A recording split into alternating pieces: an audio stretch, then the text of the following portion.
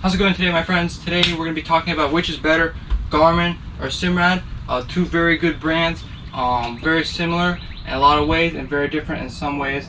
Simrad is more of like a global yachting brand and an offshore brand, great for fishing and saltwater. And we're going to be comparing it to Garmin and their equipment for yachting around the globe and their saltwater stuff.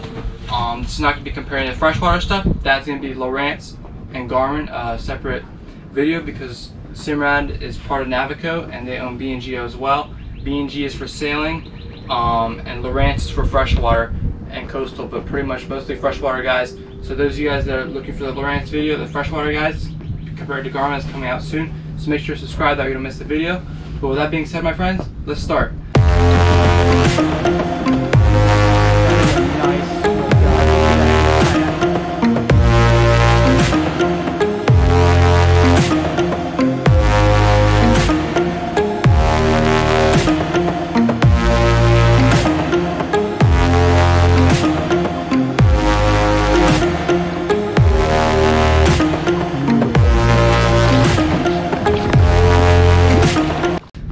So I just want to tell you guys how I got this research and all this information. I know you guys might be thinking I'm just saying stuff, but this is just what I found through some research that I've done, and contacted quite a few people across the globe and within the US as well.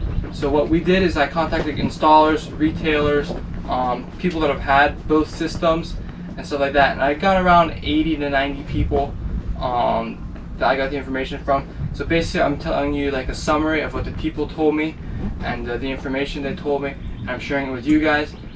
This is not trying to sell you one brand over the other. All I'm going to do, I'm going to have everything linked down below in the description so you can check it out, but just so you guys can make an informed decision based off of which system is going to be better for you and your boating needs. So we're going to start with the MFDs. We're going to be comparing everything, the autopilots, the radars, third-party features like cameras, charting, and all that in this video, so stick around. So I just want to tell you guys that we're going to first start off with the units. On my boat I have Simrad. I've had Simrad for about 5-6 years now. I did have Garmin a while back, but I can't really compare from those experiences because it's been so long and technology has changed quite a bit. I have two Evo 3s in my boat. One is an S, one is not, just to show you guys. So basically what I found out about the screens is a lot of it is really based off of user preference. Garmin is a little bit easier to learn than Simrad. Some of the more advanced features on Simrad are easier to access than Garmin, while Garmin you might not be able to even access those features, or you might have to do 3 or 4 more steps to get to that feature than you would on Simrad. I know a lot of this has to do with like the auto routing. Supposedly the auto routing on Simrad is way easier than it is on Garmin. They say like Garmin is 3 or 4 different steps and certain things you can't even do. Now some of that can be changed with updates that the brands will put out. So some stuff and some features might become harder to get or unlocked or become no longer available on certain units as they put out new updates to the machines and stuff like that. Updates are available through the manufacturer's website, and if you're not quite sure about an update, you can always call them and ask them what's new about it. You don't have to update your screens all the time to keep them updated, but sometimes you have to do for them to function correctly, and that's also something to keep in mind. But as far as the screens, is that if you're looking, but the screens are good, they're pretty much about the same for both of them. We'll be comparing like the Simrad Evo 3S series with the Garmin 8600 series or 8400 series, the GPS map series, as well as like the X3 would be compared to like the Simrad NSX. You can tell which units you're comparing. It's pretty much the same, just based off of their price points with each other.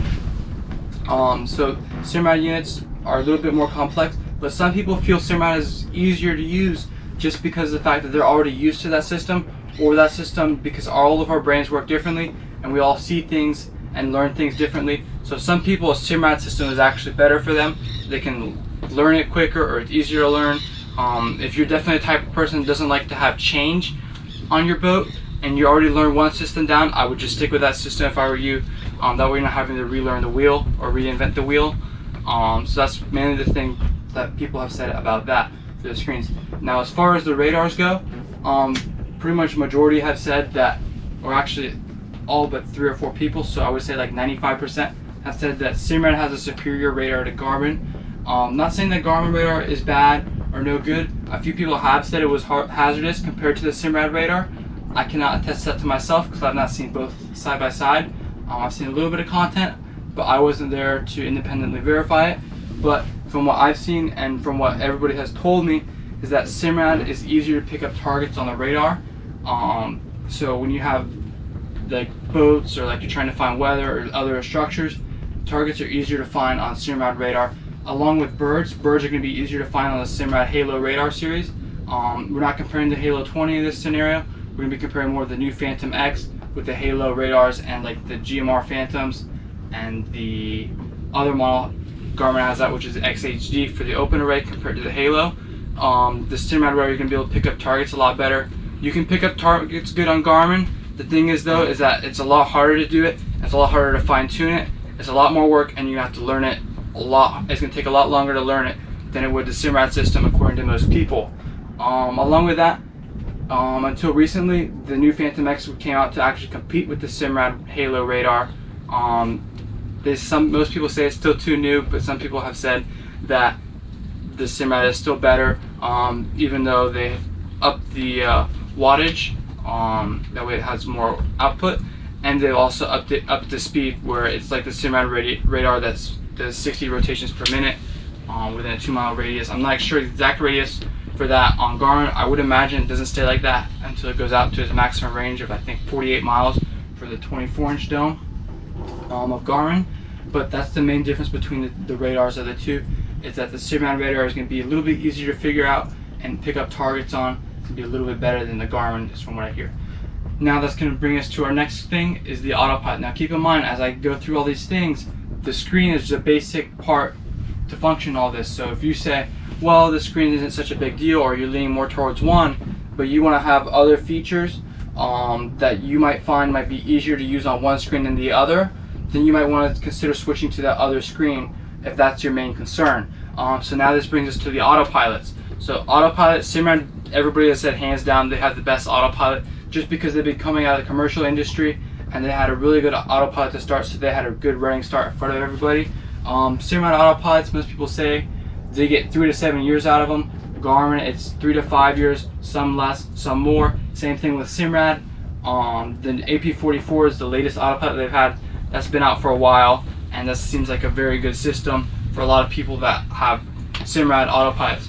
The Garmin Reactor 40, it's been out for a while too. They have just created the new control head, the GHC50. It's just a bigger screen, it's a little bit brighter, so it's a little bit nicer. It's going to look nicer than the previous model that was being added with the autopilots, which was the GHC20. So a lot of people have said they both do a relatively good job of staying on course.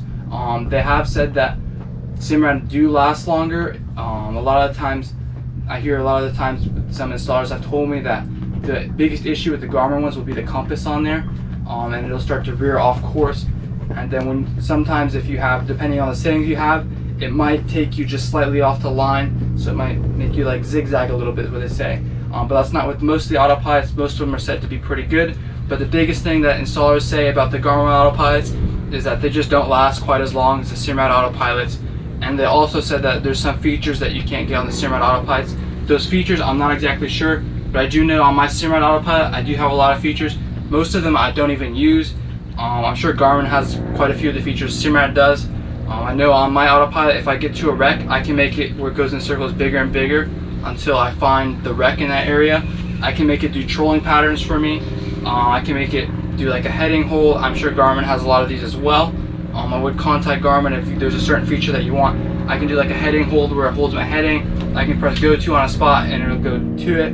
I can even have a route created for it that it'll follow. So if I say like, hey, go 2 miles this way, then go 2 miles this way, and then go 2 miles this way, like a zigzag or whatever, I can have a bunch of different trolling patterns set up on my thing, or driving patterns and whatever. There's a lot of different features on there, and it's a nice autopilot. I really like it. I don't know exactly how the Garmin autopilot is. I've seen it before, it looks good, but the biggest thing is that I've heard as far as complaints is that it doesn't last as long, you don't get quite as many features, and they've also said that it is easier to access those features with a Simrad multifunction display versus a Garmin display. That is what a lot of installers have said. So that now brings us to third-party stuff. So we're going to talk about charting. So Garmin doesn't allow any third-party charting in the machines. You can hook up like an NSO processor, I believe it is. The Seymour guys do it for their charts, and also that stuff is linked down below in the description. But if somebody wants a Seymour chart on Garmin, they can hook up the NSO processor, I believe it is, like Evo 3 processor. It's like a $4,000 option, so it's not cheap. But then you could put a Garmin card into the screen, a Seymour card into the screen, and you'd have Seymour mapping on your Garmin display. Now with Simrad, they allow you to use third-party charting. You can have Strike Lines, Florida Marine Tracks, Navionics, and Seymour. All that stuff is linked down below as well. But on a Garmin displays, you're only allowed to have a Garmin G3 charting. I hear it's good, but I've seen several occasions of videos online and on Instagram and stuff like that, where I've seen like the Garmin charting compared to the Seymour charting. It is a little bit better. So I think the Garmin charting is very good for navigation. It's probably the equivalent to like a Navionics card, or it's probably the exact same thing. From my understanding, the Navionics and the Garmin G3 charts and stuff like that, they're pretty much the exact same. So if you got a Simrad display and you want to practice the Garmin mapping, you could get a Navionics card and put it in your screen, no problem. Now, however, with the new NSX series, you're not allowed to have any third-party charting. So if you went with like an Evo 3 or an Evo 3S, you can have the third-party charting in your unit. None of the Garmin's can do that unless you hook up the processor. Now, I don't know if you can hook up the Evo 3S processor to an NSX. However, I would say this, that if you're just going to do that and to hook up to an NSX because you want the NSX unit, I would just go ahead and get an Evo 3 or an Evo 3S if I were you in that case. So the NSX series only allows CMAP charting. Garmin units don't allow CMAP charting. Navionics charts are better than CMAP charts, I will have to say that. And then obviously you can't have like the Seymour or Strike Lines charts on a Garmin display unless you hook up that processor. That is an option. It is linked down below, so if you want to check it out, feel free to. It is an expensive option, so another option might be if you really want third-party charting on a Garmin machine or on a boat with Garmin, you could get like a little map pack. Those are linked down below, check them out. And you can basically mount it around, and if you go on a friend's boat or something like that, you can bring that map pack with you, and you could, I would either do a Raymarine unit or a Simrad Go 9 unit, or you can even do like an Evo 3S or an Evo 3 unit if you really wanted to get crazy. If you wanted a Simrad, since the Go's have been discontinued and the Go's did allow third-party charting, I would say maybe if you wanted a Simrad unit, get the Evo 3 NSS 7, the 7-inch Evo 3, and use that as your map pack if you want Simrad. And then there's also Raymarine as an option, which a lot of guys choose because they're also compatible with third-party charting. That's a separate video, but that's an option if you want a map pack that you can carry on your boat and display like Seymour charts, Strike Lines charts, or whatever. That way you can carry that on your boat. You can take it with you to a friend. If let's say you're going to go rent a boat, you can bring it with that. All you have to do is hook up into like a cigarette lighter and you're all good to go. So that's also going to bring us to our next topic, which is like Flir cameras and stuff like that. They're about the same for the two units. If you hook up like a Flir camera to it, you get about the same features. Some features I've heard are easier to access on Simrad for the Flir camera as well. Features in particular I don't quite know for sure. On my boat I have Iris. I'm getting that changed out to a new Iris model. I'm not exactly quite sure how this works, but I might even go ahead and switch to a Flir just because they're a US company, and the Iris company has been a little bit of a pain in the butt to deal with, but we'll see how that goes. But basically I would assume most of the features are the same. They're about the same on the two units. Simrad might give you one or two more options than Garmin might, but you're not going to be able to see like you would on a Raymarine unit of like it telling you like this target is 500 feet away, this target is half a mile away. That's solely for Raymarine. You're not going to do that on any Furuno units, Simrad units, Garmin units, Lowrance, B&G, Simrad, whatever, any other units. That's strictly for Raymarine. If you really want that feature and that's what you're crazy about, go buy a Raymarine. We're going to be comparing the Raymarine units to other equipment from other brands in future videos. That's another reason for you to subscribe. So that's what that is for the Flir camera. That's pretty much all the features I can think of. We covered charting, we covered the camera. Now also something I want to bounce over to is the SiriusXM fish mapping. That's a great feature. I have it on my Simrad. I really love it. It's really good. It gives you like a general idea of where you can find like weed lines. It'll tell you plankton contours and the front strength. It'll tell you recommended fishing area for a certain species. I believe it's kingfish, wahoo, swordfish, marlin, tuna, mahi, and there might be one more or two more species that on there, but I think I covered them all. And that's available on both Simrad and Garmin. Now, something I do want to point out, for Garmin you have to get a GXM54, and Simrad you have to get a WM4 for that. Certain brands are going to get certain features put out, like for new technology. I don't know if you guys remember, for the longest time you could only get the fish mapping on Garmin. Now recently, I believe like the last year and a half, 2 years, you've been able to get it on Simrad. I've had it on Simrad for like a year, so I know for at least the last year you've been able to get it on Simrad. So that's something to point out as well. That's also one way they try to pin you to buy one unit or the other for a certain feature. But keep in mind that it's probably going to be even out, and if you're really looking for the long term of this, you can do that. Now, if you want to switch units out all the time and you're willing to learn both systems, and you really just you're looking for certain features to have better access to them or something like that, maybe a portable unit might work good for you, unless you want like the radar or autopilot, stuff like that. Or maybe if you really want to do that, maybe you can just go ahead and switch them out, and every time you go to replace new screens, you can just try and sell them, get back some of your costs, and then use it to get towards new units. I definitely like to stay up with the times. I know a lot of you guys do as well. But updating your units can be expensive, so it's also something to keep in mind just for the future. But if you're looking for the long-term benefit of it, it's probably going to be even out, and a lot of times like your unique feature on one unit is going to become unique on another. Because remember, we all want to make money here, and Simrad or SiriusXM didn't want to just make money on Garmin customers. They also want to make money on Simrad customers. Now, they might go through special terms and stuff like that. That's different. And certain brands that come out with their own technologies will have certain features that you can't. Just like how Raymarine and the Flir, those two are owned by the same company, and those two like buddy with each other. And some of the features you get on their units for the Flir camera, you can't get on others. So that's something to consider. Just like I mentioned, like I said previously, the GXM54 went with the Garmin. They put that out, and they allowed you to have fish mapping. Simrad, you had to get the WM4, and like I believe it was like 2 years later, you could get the fish mapping on them. So the odds are, if it's something really major like that, and even if one brand has it for a time, maybe 6 months to a year, that was also because of COVID, so that could have slowed stuff down.